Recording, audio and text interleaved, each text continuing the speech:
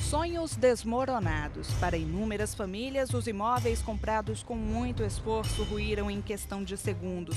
Foi na comunidade de Muzema, na zona oeste do Rio de Janeiro. Depois de uma forte chuva, em abril deste ano, 2 prédios erguidos por milicianos nas proximidades de uma encosta desabaram. Fora o prejuízo material, perdas irreparáveis. 24 pessoas morreram em meio a tantos escombros. Em outubro, o Brasil acompanhou a tentativa de resgate de moradores do edifício Andréia, em Fortaleza. Apesar dos esforços dos bombeiros, 9 vítimas não sobreviveram. Esses homens e mulheres sequer tiveram tempo de escapar de uma tragédia anunciada.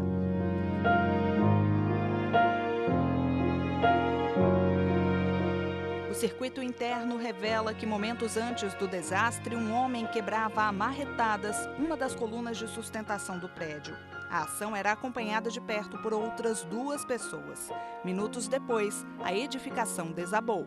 6 meses separam um acontecimento do outro. A semelhança não está só no estrago causado e nas vidas interrompidas. Em ambos os casos, as construções eram irregulares. 2 situações que acenderam um sinal de alerta. Seriam os prédios do país construídos de forma segura?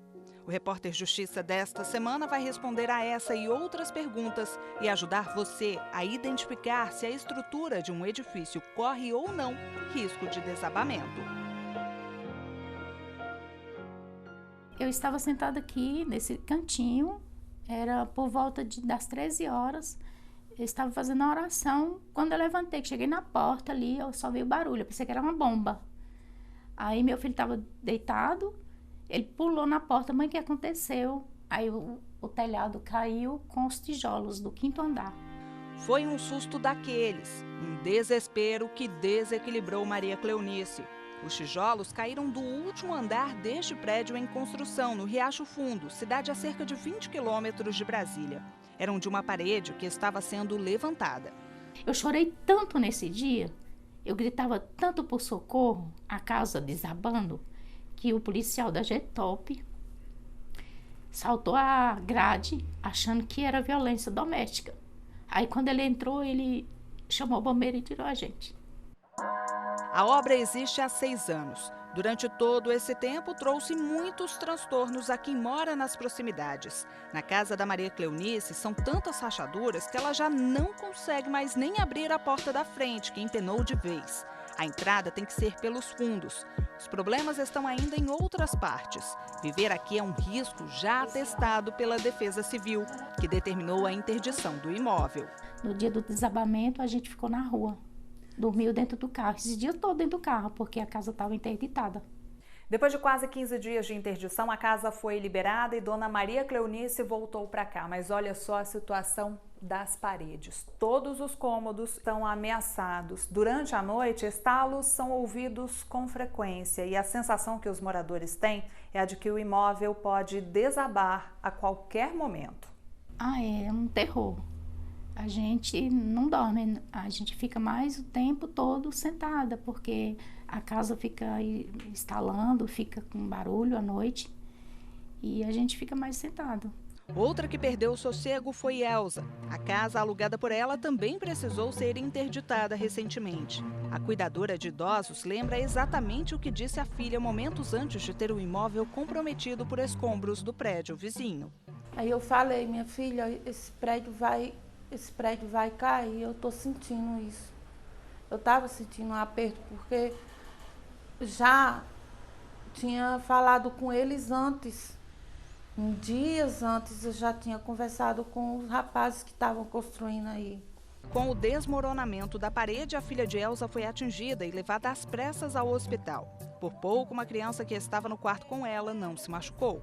Minha filha, ela precisou de ir ao hospital, ela precisou de fazer exame na cabeça dela. Ela não ficou dormindo bem depois disso. E ela trabalha e tem dia que ela vai trabalhar assim, nervosa. A sorte que o forro de madeira não era fraco, porque quando a parede caiu, atravessou tudo, né? Quebrou tudo dentro do quarto.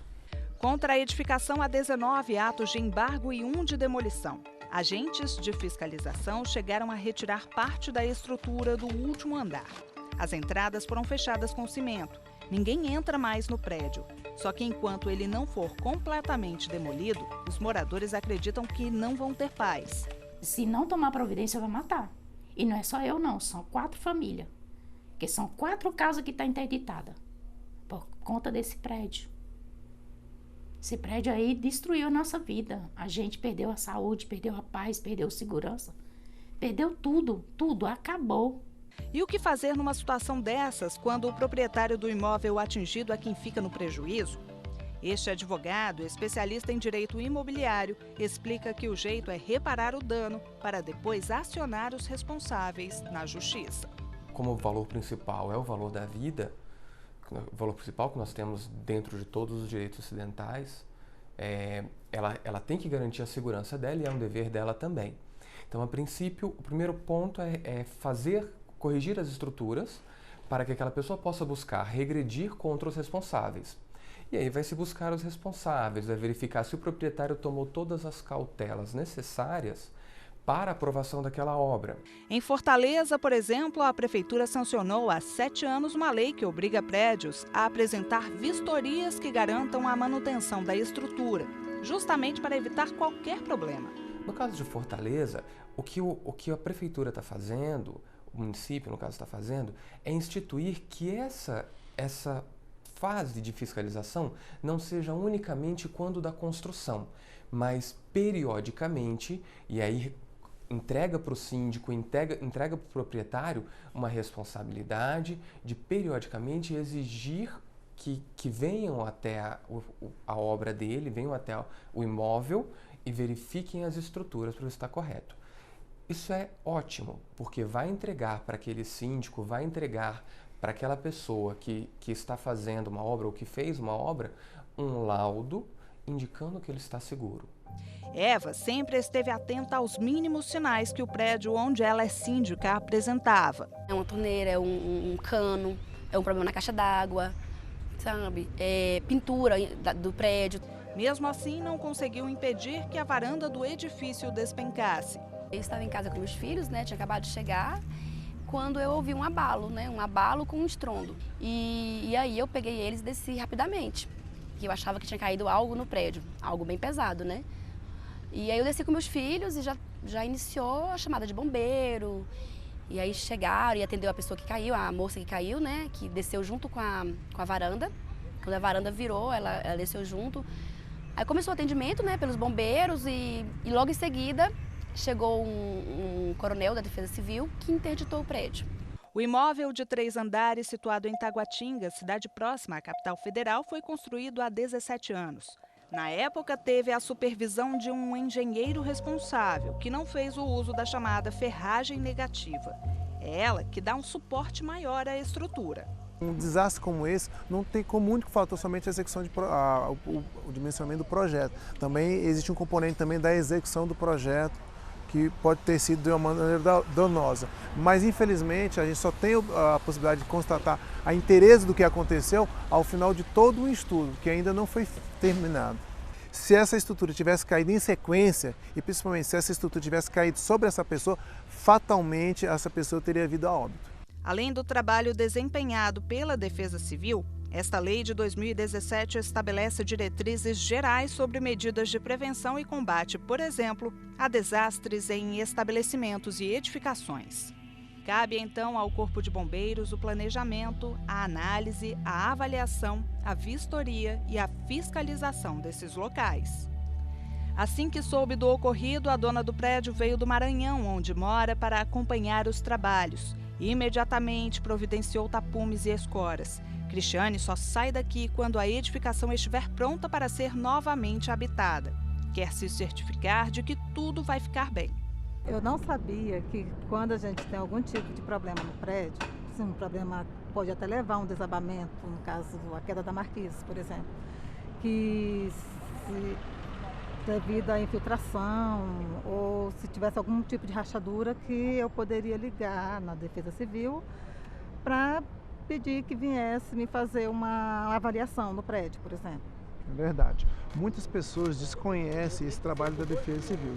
O cidadão comum, ao perceber que na sua edificação apresentou algum problema que anteriormente não tinha, por exemplo, uma rachadura, uma grande infiltração, é óbvio que depende muito do tipo de rachadura, o tamanho, o tipo de infiltração que está acontecendo. Mas independente, ele mesmo estando nessa dúvida, ele pode sim acionar a Defesa Civil. A Defesa Civil tem uma equipe preparada que vai até o local e vai fazer um estudo preliminar para verificar se essa trinca, se essa rachadura, se essa grande infiltração é sim algum perigo imediato à estrutura. Mas uma coisa que eu gosto muito de refrisar é que toda edificação, assim como um ser humano, ele tem um médico de confiança que cuida da sua saúde, toda edificação ela deve possuir um arquiteto e um engenheiro que possa fazer a avaliação da sua edificação em tempos.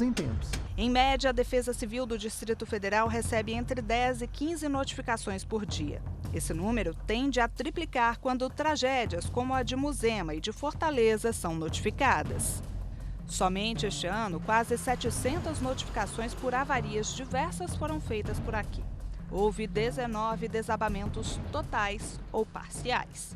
Agora tem um engenheiro, né, que ele olhou lá, falou o que eu tinha que fazer, e o que fala que eu tenho que fazer eu faço. E você vai ver a seguir no Repórter Justiça como construir um prédio de forma correta. A repórter Fernanda Tavares vai mostrar o que deve ser observado durante uma obra. E mais, como o morador pode identificar se a estrutura de uma edificação é segura. Não saia daí que a gente volta já.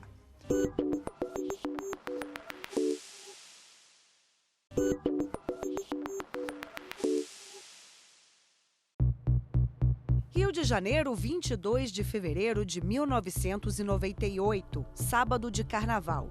Uma coluna com 44 apartamentos do edifício Palace 2, na Barra da Tijuca, desaba, deixando ali uma cena de destruição.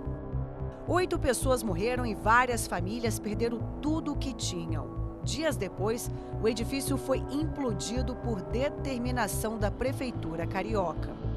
O parecer técnico apontou defeitos na estrutura, erros de cálculo e uso de pedaços de madeira, jornal, plástico e até areia junto ao concreto.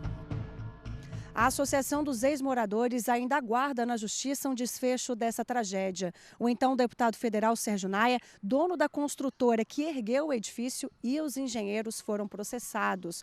Eles são acusados de homicídio, danos morais e materiais. Até hoje, os ex-moradores não receberam o total da indenização. Sérgio fiscaliza obras pelo Conselho Regional de Engenharia e Arquitetura. Ele explica que realizar uma construção é uma tarefa de muita responsabilidade. Muitas vezes as pessoas acham que economizar na contratação de um engenheiro ou de um profissional devidamente habilitado, ela pode converter essa suposta economia em investimento na obra. Só que executa a obra de péssima qualidade, acaba ocorrendo muitas vezes que essa obra gera até um custo maior, fora esse problema que é muito sério, que é uma obra executada sem a devida técnica, sem a devida assistência profissional, que oferece riscos a não só às pessoas que estão ali trabalhando, mas aos vizinhos, aos transeuntes e aos futuros ocupantes dessa obra, que não tem nenhuma garantia da sua estabilidade, da sua segurança. O primeiro passo é estudar o terreno. A primeira coisa que a gente faz é uma sondagem do terreno para verificar qual o tipo de solo que tem nele, qual vai ser o tipo de fundação, qual vai ser o tipo de estrutura. Em cima disso são elaborados projetos. A construção ela tem que seguir fielmente esses projetos, atendendo toda a legislação vigente. As regras são da ABNT, a Associação Brasileira de Normas Técnicas. Diversos itens tratam da segurança do trabalhador no canteiro de obras. Há ainda determinações sobre a qualidade do material a ser utilizado. Cada material ele tem normas que regulamentam as condições mínimas de qualidade e eficiência que eles devem ter. Então, assim, não é porque o material é mais caro ou mais barato que ele pode oferecer maior ou menor qualidade ou condições de risco a uma edificação. O que importa é que ele seja bem empregado de acordo com as especificações, de acordo com as melhores técnicas construtivas. A responsabilidade da obra deve ser de um engenheiro. Nós temos uma atuação bastante rigorosa na apuração dos fatos e na punição desse profissional caso ele cometa alguma falha ética, uma imperícia, uma imprudência. Se houver irregularidades, a obra é interditada até que os problemas sejam corrigidos. Ela é interditada preventivamente para evitar que algum sinistro possa ocorrer, até que seja feita toda uma análise, toda uma investigação para verificar se aquela obra oferece as mínimas condições de segurança e de técnica para poder prosseguir. Caso contrário, essa obra fica interditada até que as devidas correções sejam feitas. Depois de receber o imóvel, o morador também passa a ter obrigações. Qualquer reparo só pode ser feito com acompanhamento de um responsável pela obra. O síndico pode ser uma espécie de fiscal e tem poderes para multar o morador que descumprir as normas de segurança. Você não tem que aprovar simplesmente no condomínio junto ao síndico, porque ficava muito pessoal, muitas vezes o síndico mesmo não tinha aquela qualidade técnica ou aquela responsabilidade técnica para verificar se aquela obra estava sendo feita, e aí entra também uma responsabilidade dos arquitetos que, para comercializar os serviços, muitas vezes não entregavam uma percepção do local ou efetivamente um trabalho seguro, né, balizado. Agora você vai ter que novamente aprovar junto à prefeitura a realização dessa obra que vai ser feita. A construtora que está entregando o apartamento tem obrigação de entregar um manual de manutenção para ele, até para orientar como ele deve fazer, em qual período, né? Qual o tipo de manutenção que ele deve fazer, e ele tem que cumprir aquilo ali. Sob perda de garantia, claro, assim como uma compra de um carro, se você não faz manutenção, você perde a garantia. É assim que funciona um apartamento, até porque na maioria das vezes é o maior bem que a pessoa está adquirindo durante a vida dela. O síndico precisa se atentar a qualquer reparo no prédio. Fiscalizar se está de acordo com as convenções do condomínio. Se não estiver de acordo, ele tem responsabilidade de parar a execução daquela reforma, de solicitar esclarecimentos com aquele morador. O condomínio tem obrigação de cumprir as mesmas manutenções que o morador tem que cumprir dentro da unidade dele, o condomínio também tem que cumprir isso no condomínio como um todo. Seja uma instalação coletiva, uma fachada. Então, assim, é obrigatório que ele faça e registre essas manutenções também. Isso é muito importante para uma eventual... caso aconteça alguma coisa, ele ter isso registrado para conseguir comprovar que ele fez, que ele cumpriu o cronograma de manutenção dele. No próximo bloco, você vai saber quais são as normas de segurança a serem cumpridas durante a reforma de um apartamento. E mais, porque prédios novos com menos de 10 anos de uso precisam de reparos estruturais. É daqui a pouco no Repórter Justiça.